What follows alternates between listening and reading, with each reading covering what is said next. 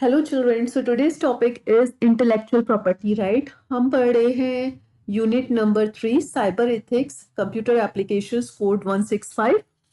तो जो आज का हमारा टॉपिक है वो है इंटेलेक्चुअल प्रॉपर्टी राइट्स। ठीक है, तो सबसे पहले हम बात करते हैं कि what actually the meaning of the term intellectual property. ठीक है, तो देखिए, प्रॉपर्टी एक आपकी फिजिकल प्रॉपर्टी हो सकती है और एक आपकी इंटेलेक्चुअल प्रॉपर्टी हो सकती है। फिजिकल प्रॉपर्टी क्या है कि फॉर एग्जांपल आपके पास कोई प्लॉट है, आपके पास कोई घर है, आपके पास कोई फ्लैट है, या आपके पास कुछ इस तरीके की प्रॉपर्टी है। ठीक है, अब इंटेलेक्चुअल प्रॉपर्टी क्या है? इंटेलेक्चुअल प्रॉपर्टी ये है कि एक ऐसी चीज जो आपने अपना माइंड यूज करके डेवलप करी है और उसको उसमें आपने अपना माइंड का इस्तेमाल किया है और वो कहीं से आइडिया आपने लिया नहीं है। ठीक है, तो ये होती है हमारे इंटेलेक्चुअल प्रॉपर्टी। तो अब इंटेलेक्चुअल प्रॉपर्टी के लिए राइट्स की क्यों जरूरत पड़ रही है? इंटेलेक्चुअल प्रॉपर्टी राइट्स की हमें जरूरत इसलिए पड़ रही है जिससे कि जो कोई एक हमने अपना क्रिएटिविटी यूज करी है, अपने क्रिएटिव माइंड का यूज करके, अपने माइंड को यूज करके कुछ नया क्रिएशन करा है, उसको कोई और कॉपी ना कर सके, उसका कोई और मिसयूज ना कर सके। ठीक है, तो हम क्या करते हैं कि इंटेलेक्चुअल प्रॉपर्टी राइट्स ले लेते हैं जिससे कि वो पर्टिकुलर कोई प्रोडक्ट है या हमारी कोई बुक है या कोई भी चीज है या हमारा कोई आइडिया है, तो वो कोई और यूज नहीं कर पाता है। ठीक है, तो हम सबसे पहले पढ़ते हैं कि इंटेलेक्चुअल प्रॉपर्टी राइट्स होते क्या है। These are the rights that are given to a person over the creation of their mind. कि ये राइट्स उस इंसान को दिए जाते हैं जिसने अपना माइंड का यूज करके कोई नई चीज क्रिएट करी है। These are the rights that protect the creation that have been done in the industrial and scientific fields। ठीक है, ये क्या ऐसे किस तरीके की क्रिएशंस को हमारे बचाएगा? जैसे फॉर एग्जाम्पल आपने कोई बुक लिखी, तो वो बुक जो है अब कोई एज इट इज नहीं लिख सकता और उसका बस नाम चेंज करके मार्केट में नहीं बेच पाएगा। ठीक है, अगर आपने उस पर इंटेलेक्चुअल प्रॉपर्टी राइट्स ले रखे तो वो पर्टिकुलर बुक आपसे बिलोंग करती है। फॉर एग्जाम्पल मार्केट में कोई नई मेडिसिन बनाई गई, ठीक है, तो उस मेडिसिन को जिस कंपनी ने बनाया है वो उसी से बिलोंग करेगी। ऐसा नहीं हो सकता कि कोई और कंपनी उस पर अपना नाम लगा के उसको यूज कर सके। It protects our original work from कॉपिंग by others. क्यों ले रहे हैं हम इंटेलेक्चुअल प्रॉपर्टी राइट्स? इसलिए लेते हैं जिससे कि हमारे ओरिजिनल वर्क को कोई और कॉपी ना कर सके। जैसे हमने कोई हमारी म्यूजिक, कोई नया सॉन्ग हमने बनाया है, हमने कोई नया इन्वेंशन किया है, कुछ नया आर्ट वर्क किया है, तो उसको कोई कॉपी करके अपना बना के मार्केट में ना उसको प्रेजेंट कर दे, तो उसके लिए हमें इंटेलेक्चुअल प्रॉपर्टी राइट्स की जरूरत पड़ती है। तो अब हम पढ़ेंगे कि हमारे पास कितने तरीके के इंटेलेक्चुअल प्रॉपर्टी राइट्स होते हैं। तो basically there are 4 types of intellectual property rights, that is the patent, trademark, copyright and trade secret. अब हम इनके बारे में वन बाय वन जो है वो डिटेल में बात करेंगे। तो सबसे पहले हम बात करते हैं ट्रेडमार्क के बारे में कि व्हाट एक्चुअली ट्रेडमार्क। ट्रेडमार्क क्या होता है? These are the symbols, design or words that identify a company product or services। Means ये जैसे लोगो है किसी, जैसे अब कोका कोला कंपनी का मैंने एग्जांपल दिया है, अब उसका लोगो है, एडिडास हो गया, प्यूमा हो गया, वो क्या है कि वो उनके ट्रेडमार्क है। अब उनको जो है कोई और company as it is use नहीं कर सकती। ठीक है, क्योंकि उनके ऊपर जो है वो इंटेलेक्चुअल प्रॉपर्टी राइट लिया गया, और कौन सा लिया गया? ट्रेडमार्क का लिया गया।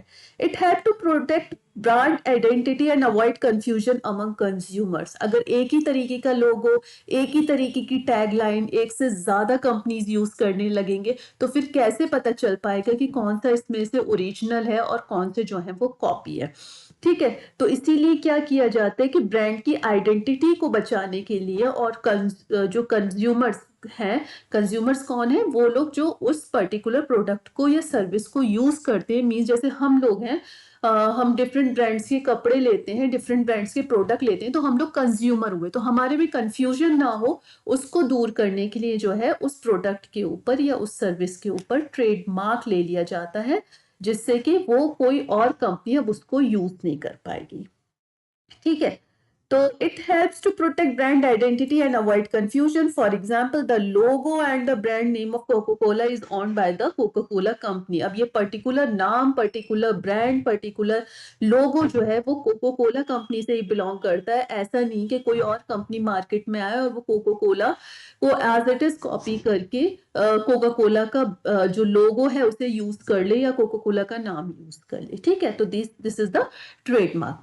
Now move to the next one, that is the patent. A patent gives the inventor the right to decide how other can use their invention. For example, कोई मार्केट में मेडिसिन बनी, ठीक है, तो अब मार्केट में मेडिसिन बनी, आपने देखा होगा कि काफी सारे उसमें लिखा होता है कि नहीं ये सिर्फ आप इसको नॉट फॉर सेल, सिर्फ पर्सनल यूज के लिए, दिस एंड दैट. तो मीन्स जो पेटेंट जिसने लिया हुआ होता है उस इन्वेंटर पे डिपेंड करता है कि वो डिसाइड करेगा कि जो चीज उसने बनाई है उसका किस तरीके से यूज किया जाए, उसको किस तरीके से डिस्ट्रीब्यूट किया जाए, किस तरीके से शेयर किया जाए, सारी चीजें राइट्स उसके पास होते हैं. A patent is the property right for an investor that typically granted by the government agency for a certain period of time. एक टाइम पीरियड के लिए गवर्नमेंट जो है वो पेटेंट देती है और जो मैक्सिमम ड्यूरेशन होती है पेटेंट की वो 20 ईयर्स होती है. उससे ज्यादा आप उस पर्टिकुलर प्रोडक्ट को जो है अपना बना के नहीं कह सकते. जैसे कि फॉर एग्जांपल कोई मेडिसिन मार्केट में आई, 20 ईयर्स तक वो पर्टिकुलर मेडिसिन सिर्फ उस पर्टिकुलर कंपनी जिसने बनाई है उससे बिलोंग करेगी. उसके बाद उस जैसी मेडिसिन कोई और भी कंपनी बना सकती है और मार्केट में उसे अपने नाम से बेच सकती है. उसके बाद पेटेंट काम नहीं करेगा. ठीक है, क्योंकि मैक्सिमम जो लिमिट है, ड्यूरेशन है, वो 20 ईयर्स की है. Now the next one is the copyrights. Copyrights जो है वो हमेशा हमारी जो क्रिएटिव वर्क है, जैसे कोई बुक आपने लिखी, आपने कोई नया सॉन्ग लिखा, कोई पेंटिंग बनाई, आपने कोई वीडियो बनाई, तो उन सब पे को कोई और कॉपी ना कर पाए, इसलिए वहां पे जो इंटेलेक्चुअल प्रॉपर्टी राइट यूज होता है वो यूज होता है कॉपीराइट का.